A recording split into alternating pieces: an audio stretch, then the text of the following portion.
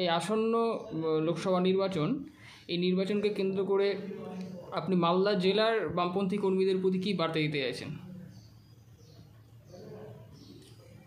মালদা জেলায় তো আমরা এই সভা করলাম, এখানে সমস্যা শুনেছি, নেতৃত্বের সঙ্গে সভা করেছি। মালদা জেলার বিশেষ বৈশিষ্ট্য হলো যে এখানে আমাদের দুটো আসনেই আমাদের কংগ্রেসের পক্ষে লড়তে হবে। এটা কংগ্রেসের পক্ষে খালি নয়, ব্যাপারটা হচ্ছে বিজেপি এবং তৃণমূলের বিরুদ্ধে বাকি সব শক্তিকে একসঙ্গে করবার জন্যে আমরা চেষ্টা করছি।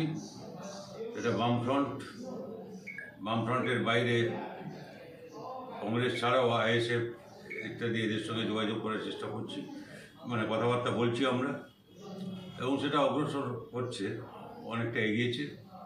আমি আশা করি যে দু একদিনের মধ্যে ব্যাপারগুলো মিটিয়ে ফেলা যাবে, এবং আজকেই আমি আশা করি যে আরও কিছু সিট ঘোষণা হবে।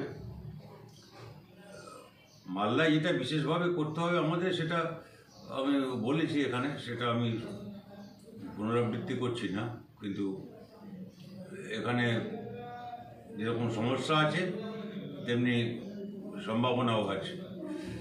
সেই সম্ভাবনাকে আমরা ব্যবহার করতে পারলে, আমরা কত মানুষের কাছে পৌঁছতে পারলাম সেটা খালি আমাদের সমর্থক না, তার মধ্যে কংগ্রেসের সমর্থক আছেন, এমনকি বিজেপি তৃণমূলের সাধারণ সমর্থক যারা আছেন, যেগুলোর উপরে আমরা জোর দিয়েছি, আদিবাসী তফসিলি অংশের মানুষ আছেন, তাদের দলিত মানুষ, তাদের সঙ্গে আমাদের যোগসূত্র, আমাদের সামগ্রিকভাবে সংখ্যালঘু সম্প্রদায়ের মানুষ, এখানে সংখ্যাগরিষ্ঠ মানুষ, তাদের মধ্যে বিশেষ করে একেবারে নিচের তলার লোক, যাদের দুবেলা দুমুঠো পেট ভরে খাওয়ার মতো অবস্থা নেই, কাজ নেই তাদের, আর